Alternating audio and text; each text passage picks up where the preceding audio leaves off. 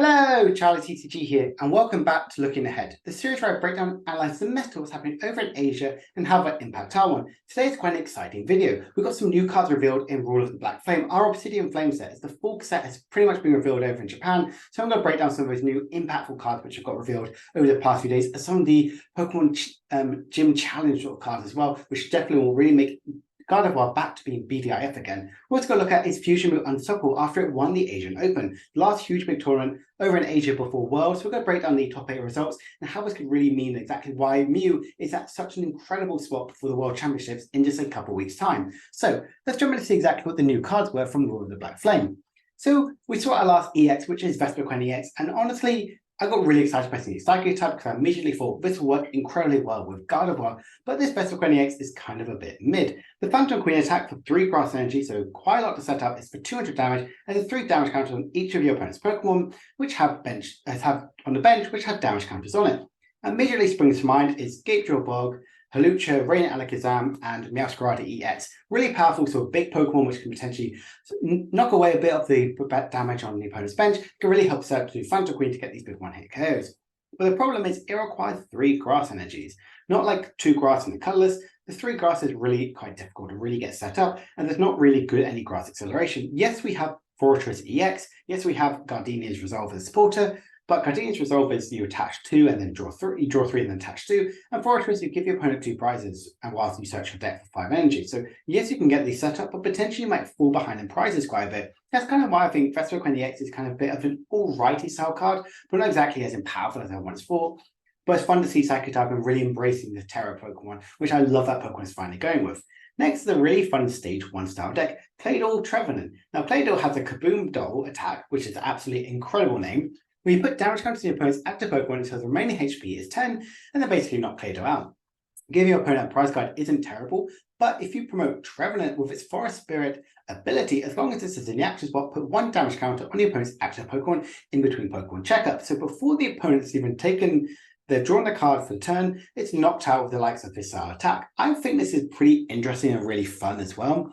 And kind of like pretty much like making sure the opponent gets an easy knockout. From the side of it, I think I like the style of synergy, but I think you can fall behind a bit. Like you knock out Claydol and then they knock out Trevenant, they take 2 prizes while you potentially have just taken 2 to 3 prizes. I feel like the prize rate just won't really work out in that sort of favor. And they have to rely too much on these switching cards as well and jet energies to really project the Claydol into the active spot, and as it's the psychic energy it requires. This could be really kind of like detrimental in the setup, but I think it's really fun sort of synergy. I like that the Pokemon have kind of created this style of deck, but I do not think this will be at all competitive. But I'm really intrigued to see exactly what someone does to create it. The next one we're looking at is Lunatone. Now, Lunatone and Solrock have a huge amount of strong capabilities throughout the entire Pokemon trading card game, all the way back in the Ruby and Sapphire era. Obviously, we just saw the Lunarock from Pokemon Go, with Solrock and Lunatone working incredibly well by attaching loads of energies to your Lunarock and doing a huge amount of damage from Lunatone. Now, this has a really interesting ability to Lunatone. If you have a Solrock in play, prevent all effects of your opponent's stadium cards done to your Pokemon. Now, immediately springs to mind is Paths of Peak will now immediately not affect any of the big drawing cards, like Luminion, like Genesect, and more importantly, more recently, more like Gardevoir. But kind of like sacrificing 2 of your bench slots to a Lunatone and a Solrock, that can really kind of slow down your gameplay as well. I think it's really interesting. I don't know where it could potentially see any play. If Expanded was around when you had to have like Skyfield really out in play, these could be like a decent sort of combination card in that. But I think right now it's a bit of an okay sort of card. It's fun that people are trying to go around this way. And when I first read it, I thought it's like your opponent can't play any stadium cards. But I was like, okay, this is really powerful. But as it's preventing effects, I generally think it's not as strong as I once thought it was. And to round up, we have the sort of cards. We see Patrol Cap, which is pretty interesting, where if it's attached to a Pokemon, which is in the active spot, your deck can't be discarded by any effects from your opponent's abilities, item cards, Pokemon tools, or supporter cards. This is pretty powerful because I immediately feel on these Fortune Sisters, your deck can't be affected in that sort of way. I believe it would stop in that sort of capability, but it won't stop the likes of Abominable V, which is in these installed decks, which I've covered the last couple of weeks. So that's one thing I'm kind of a bit like, it's okay in a way, but generally don't think it's going to see any play. Now, these gym promos. Now, gym promos are really important over in Japan, and they kind of might be released in that Paradox set back, which is going to be released in November time. I don't think we're going to get this in Obsidian Flame, sadly, but Moonlight Hill is an absolutely incredible card. Now, everyone remembers a huge amount of hype going into Champions Festival with the likes of Driftbloom can now hit a huge amount of damage. You can hear an extra damage from Gardevoir to attach another energy to it. Well, this one is Champions Festival, but done really well and focusing on Gardevoir. You discard a psychic energy from your hand. If you do, heal 30 damage from each of your Pokemon. This is incredible because not only can you get 2 additional energies attached potentially to your baby Gardevoir, but you also get to heal. You get that healing and you can deal more damage with your Drifloon. You can attach that 1 or 2 more energies which you require to get that big KO. You can heal your Gardevoir EX, who also now has 300 HP remaining instead of 290, which potentially could be more easy to be KO'd. I generally think this is really powerful. Getting that extra healing factor in, I think it's the stadium card which Gardevoir might potentially really require to really get help in those sort of matchups. I don't think it's going to be an absolute staple in Gardevoir. I think it's incredible. I think right now it's absolutely amazing. People are going crazy saying this is this is exactly what Gardevoir needed and wants for the deck. But I think on reflection, looking at this deck, I think it's a good like 1 or 2 of in the deck, and really helpful to get that healing, potentially attached to 2 extra energies you might need on baby Gardevoir, which is really, really powerful in this one. So this is definitely a staple for Gardevoir and might potentially push it back to BDIF if this is out in our November set. Obviously, we're going to see the results over in Japan, which I will cover over the next couple of weeks when it has a big impact into it. And Scott Valley EX is another really interesting EX I find my showcase. Not exactly too strong. None of these gym promos ever really powerful, but it's a spicy blend, which I like about it. The opponent's active movement is poisoned, is burned, and they can't retreat during next turn. Burn is one of his very forgetful special conditions. You pretty much on flip, you either do damage or you don't do damage, but not getting the retreat aspect is really powerful, making sure it's going to get its full effect of its burn effect.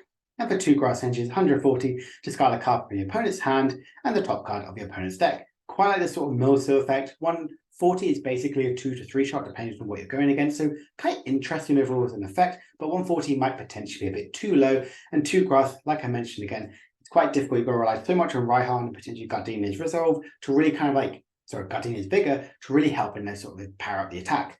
Honestly, I think Royal Black Flame is kind of an okay set. There are some big hits, obviously, like we have the League HQ, Pidgeot EX and Charizard EX are pretty powerful archetypes and will really help as well. We have some really niche cards as well, like the Supporter card, which we search for Tool card, the King Gambit sort of effect is more on also Greeter as well. So we've got some really nice sort of cards in here. I overall think it's going to be okay. So it's set, but it's not going to impact the format as much as what we've just seen now with Paldea Evolved. So let's have a look at the Asian Open that happened this weekend, which had 320 players for the top 16 cup. This is really good sort of showing, especially in this big Asian tournament happening just before the World Championships. So I realized as well to kind of give us a bit of an insight to see how the format may evolve in there. And we saw the champion was in fact Fusion Mew, and finalists was Lugia with single strike with 1 copy of Snorlax in there. Top 8 was Lost and Giratina and Lost and Gudra, and top 4, and then top 8 was Sablezard, Turbo Lostbox, Lugia, and Miraidon. So really interesting sort of combination. Now, first time look at this, we're going to see one thing in particular. No Arceus decks and no Gardevoir. This is very different because in our sort of formats, we've seen Gardevoir always kind of compete at that being one of the best sort of decks in these sort of format in the Paldea Evolved, as well as also Guard with Umbreon Arceus, really, really powerful. But if we look here, with no Gardevoir, why would there be any Arceus kind of roaming sort of the field? That's kind of the reason why this Arceus Umbreon has really risen up to the huge success it is kind of right now into the format. What I potentially could say is probably the front runner in Worlds over in our format. So that's a big sort of difference as well. And Fusion Mew is definitely the right way to play Mew as of right now. The ability to kind of like use the Fusion Strike energies, attach them to your Genesect, so you don't need to rely too much on Spiritomb, is really, really powerful. And then Lugia as well, I quite like having the Snorlax as well. It's a really good first sort of attacker. So there's been a couple sort of lists of posted, so I'm going to break down some of the lists and exactly my thoughts and feelings on them. I generally think it's a really nice list to see here. We're seeing quite a lot, we're seeing 4 different Lost Zone sort of decks, which I quite like as well, showing that Lost Zone is also versatile. There's not one best sort of archetype in here. And I really like seeing that Giratina is actually up there in the top 4. I love seeing Giratina have a lot of love and respect because I generally think it's a really powerful archetype. So the winning list here is obviously the Fusion Mew, and nothing too much has changed in the sort of the format we're going with it. The Stadium count of the 2 Lost City, 1 Path to the Peak, we kind of think that's the more common sort of route to go with it, and having the Ice Cube and 1 Meloetta is definitely the kind of route forward to it. Ice Cube is really powerful that block face attack, pretty much attacking anything on the bench, getting rid of that Curlies, getting rid of any of the sort of pesky sort of healing sort of cards as well, and more importantly, getting rid of the Bibbles as well. So I generally like having the Ice Cube as well as another attacker, and obviously Mew VMAX can use that as an attack. Cleansing Gloves, I really think is very powerful in this one, kind of getting that extra sort of damage not only on Mew VMAX, but more importantly, God of War. So you can use the loads of your power tablets and have a Cleansing Fizz to really help in that sort of matchup as well. Not playing any choice powers, it seems like here, but does play the Hisuian Heavy Ball. I think this is quite interesting. Sorry, it does play 2 choice powers. Sorry, I missed that right there. Does play the Hisuian Heavy Ball, which I generally think is really quite nice. Getting that Ice Cube, getting that Meloetta, or potentially that Mew Genesis, which you might desperately need.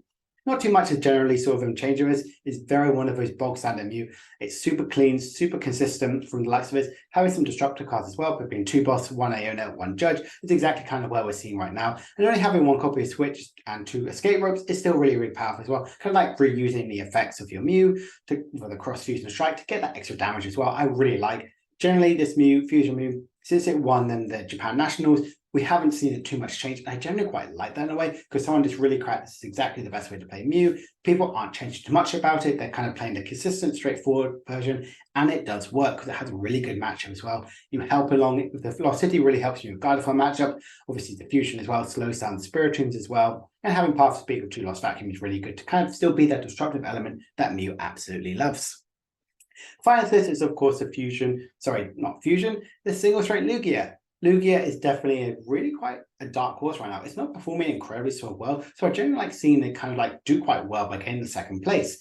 Nothing much is generally to change about it. It does play the 1/1 line of Urshifu, and Urshifu is absolutely important, I generally think, right now. Getting that guaranteed KO, because if Duraludon is really kind of like being the threat as it runs is, especially going into World Championship, kind of having an answer to that and getting that big 1-hit KO is really good, because you're not going to be running past the peak in Lugia, because you just really need the abilities of your other support Pokemon, like your Minion, and more importantly, like your Lugia. You need to get that extra response. You need to get that KO on it. So that Urshifu really opens up to that sort of effecting with it, especially with having 3 copies of Earn to Fatality. This person really does respect that in that certain way.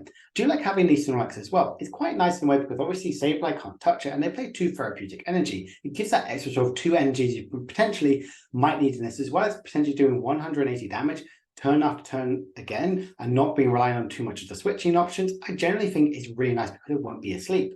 Also, I think about the 3 bosses orders and 2 Ionas. I generally quite like that as a destructive route, but only playing 3 copies of Stadium Cup, 2 Mates Ago, 1 Collapse Stadium. Potentially that's why they're playing these Snorlax in there. They're sacrificing the Outer Path, but having another sort of single price attacker is really good. No Stonjourner, which isn't too bad. We're kind of seeing Stonjourner kind of fade away slightly, but favorably more the Urshifu and the Yveltal as your single price. The Urshifu, Tyranitar, and your Yveltal as your your single strike attackers is really good, and the Snorlax is pretty much taken over that Stonjourner sort of effect. I generally like this list. I think it's really consistent, really strong as well. Item cards definitely focusing more on just searching out the Pokemon and reusing your single strike energies is really, really strong. Top 4, the Lost and Giratina is super, super interesting. Does play the Spiritomb, does play the 4 Jet Energy, does play 2 Water, which are bit dry on that sort of case. The 4 Psychic is definitely what I love, but the one thing I really want to mention you here is it plays Raihan and 4 cross switches, and still plays 1 copy of Boss. So definitely a really interesting style of this. I love that still having a switching out as well as also being that disruptive route is really, really strong. So I generally love having the cross switcher in here.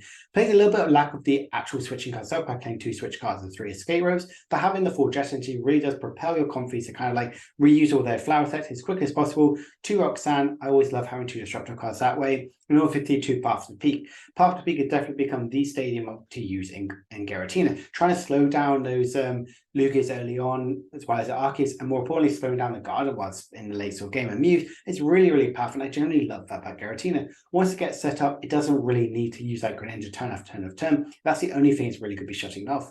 After your Greninja potentially gets knocked out, the Path to Peak becomes even more stronger. I generally love this style of deck here.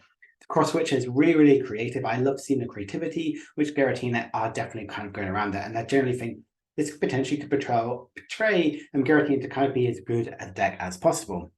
And finally, we're looking at the Turbo Lost Zone as well. Definitely quite an interesting list as well. Simple to most sort of ways here. I do like having the Pokestop. Obviously, the Equine Horn is super, super nice, especially with the 1 copy of Boss's Orders. I think it's really, really powerful in that sort of way here, potentially reusing that for the Lost Mine of Sableye, and the Clara as well, I generally love as well. And the 3 copies of Super is definitely the more key sort of use of this Turbo Lost box. Nothing too much to change. One thing I do want to mention is how brilliantly beautiful the Asian Open Summer mats are. Really love the Flareon and Pikachu as well. I generally think it's absolutely incredible and generally really love this style of deck and also the mat as well. Deck is here, super simple. Lost Box kind of obviously is that little bit of a trouble because it is that big sort of Sableye target is always going to be around on the backs for them. But I generally think this deck is really strong. The turbo effect as well, the high switching curve, the high counts of the Lost Vacuum, and the 2 Forest Seal Stone is really good. Doesn't play the Luminion, which we've seen quite a bit common over there, but it is playing, in fact, the Empower Pad to reuse any of their supporters they might justly need. So these are all the lists that have kind of been out there. I hope it's been a bit more exciting to see exactly how the decks have been performing. Generally, I think a lot of them are very much the bog standard, simplest version of them. They're kind of going for consistency over the tech sort of thing. But I do think the cross switcher in Giratina is an absolutely amazing change, and potentially we could see this going into Worlds. So looking ahead, do we need to start teching against Mew right now? Mew is pretty powerful right now. It's always been that back burner as well. But people have kind of like not respected much. They added Spiritomb, which generally thought would slow down the deck completely. But we've just seen here, Giratina did play Spiritomb and Mew won the event. So Spiritomb was in fact around the event, but didn't slow down Mew as much as it should do. The new set doesn't change much of the format. Generally think it might change a tiny bit. We're going to see some fun little text going around there. We might see the League challenge, like the League HQ, try and slow down some of these basic attackers. Not even does it affect Sableye, but it would affect obviously Miraidon EX, and potentially should be ready for Miraidon again. It did get in the top 8. It wasn't quite a lot of the top 32 as well, so it's Miraidon right now in a pretty decent spot. Obviously focusing more on the flapping sort of build instead of the Regieleki, but generally Miraidon could be in a good sort of place. It is now becoming a path deck as well, so once they get the setup, they don't need to rely too much about their ability. So generally think Miraidon might have an even shot at Worlds, but I'm not too sure about that. This is just from looking at the results right now. So Miraidon could actually be in that sort of spot here. So I hope you've enjoyed this video. I hope it's been quite helpful as well to give that insight exactly why I think Mew VMAX is in a pretty good spot right now going into the World Championship, and it could potentially be very unbeatable. It's beaten all the techs going around it, and Mew is still up there being up top and winning all the events. So if you enjoyed this video, please make sure to like and subscribe and comment down below what's the deck which you were very surprised it did well in the Asian Open. I haven't even mentioned there was a Reggie's in top 16, so there are some pretty cool wild decks out there. Unfortunately, the list has been out, but as soon as it does, I'll most likely cover it next week. I will be here in a couple of days' time for another video talking about Worlds, and I will see you guys then. Bye for now.